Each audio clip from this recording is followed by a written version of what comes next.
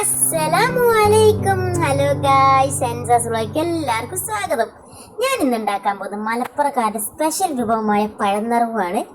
അതിനുവേണ്ടി നമുക്ക് ആദ്യമായിട്ട് വേണ്ടത് ഒരു മുറി തേങ്ങയാണ്. ഞാനൊരു തേങ്ങ ഫുള്ളായിട്ട് എടുത്തിട്ടുണ്ട്.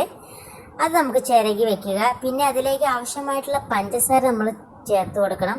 എൻ്റെ വീഡിയോ ആദ്യമായിട്ട് കാണുന്നവർ ലൈക്ക് ചെയ്യാനും സബ്സ്ക്രൈബ് ചെയ്യാനും മറക്കരുത്. പിന്നെ അതിലേക്ക് ആവശ്യമായിട്ട് ഏലക്കായ നമുക്കൊന്ന് പൊടിച്ചിട്ട് കൊടുക്കാം. അതിനുശേഷം ഒരു പാൻ എടുത്തിട്ടുണ്ട്. അതിലേക്ക് ഞാൻ കുറച്ച് നെയ്യ് ഒഴിച്ച് കൊടുത്തിട്ടുണ്ട്.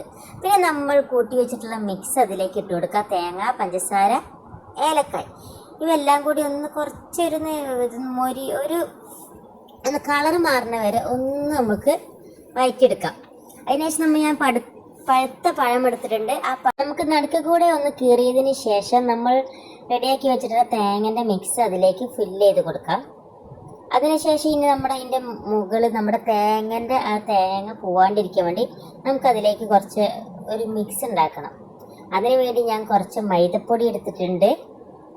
പിന്നെ അതിലേക്ക് ആവശ്യമായ പഞ്ചസാര, പിന്നെ ഒരു നുള്ളുപ്പ് വേണമെങ്കിൽ നമുക്കിടാം. അതിനുശേഷം ഞാൻ കുറച്ച് വെള്ളം ഒഴിച്ചതിന് ശേഷം നല്ലതുപോലെ മിക്സ് ആക്കിയിട്ടുണ്ട്. ഒരുപാട് ലൂസ് ആവാനും പാടില്ല, ഒരുപാട് കട്ടിയാവാനും പാടില്ല. എന്നിട്ട് നമുക്കത് മാറ്റി വയ്ക്കാം. അതിനുശേഷം ഒരു പാൻ എടുത്തിട്ട് അതിൽ നെയ്യ് ഇട്ടിട്ടുണ്ട്. നമ്മൾ റെഡിയാക്കി വെച്ചിട്ട് പഴത്തിൻ്റെ മുകളിൽ നമുക്ക് ആ മിക്സ് ഒന്ന് ഒഴിച്ച് കൊടുക്കാം. അത് കുഴക്കിയതിന് ശേഷം നമുക്ക് അതൊന്ന് പൊരിച്ചെടുക്കാം. നമുക്ക് നമ്മുടെ അതിൻ്റെ കളറ് മാറുന്ന വരെ മതി. നമുക്കൊന്ന് പൊരിച്ചെടുക്കുന്നതാണ്. എല്ലാ ഭാഗവും ഒരുപോലെ നമുക്കൊന്ന് മറിച്ചും തിരിച്ചിട്ടിട്ടൊന്ന് വേവിക്കാം.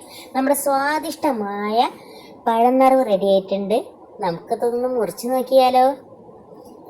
നല്ല ടേസ്റ്റാണ്. വീട്ടിലെല്ലാവരും ഉണ്ടാക്കിക്കോണം. വളരെ പെട്ടെന്ന് ഉണ്ടാക്കാൻ പറ്റുന്ന ഒരു വിഭവമാണ്. എല്ലാവരും സ്കിപ്പ് ചെയ്യാണ്ട് വീഡിയോ കാണണേ.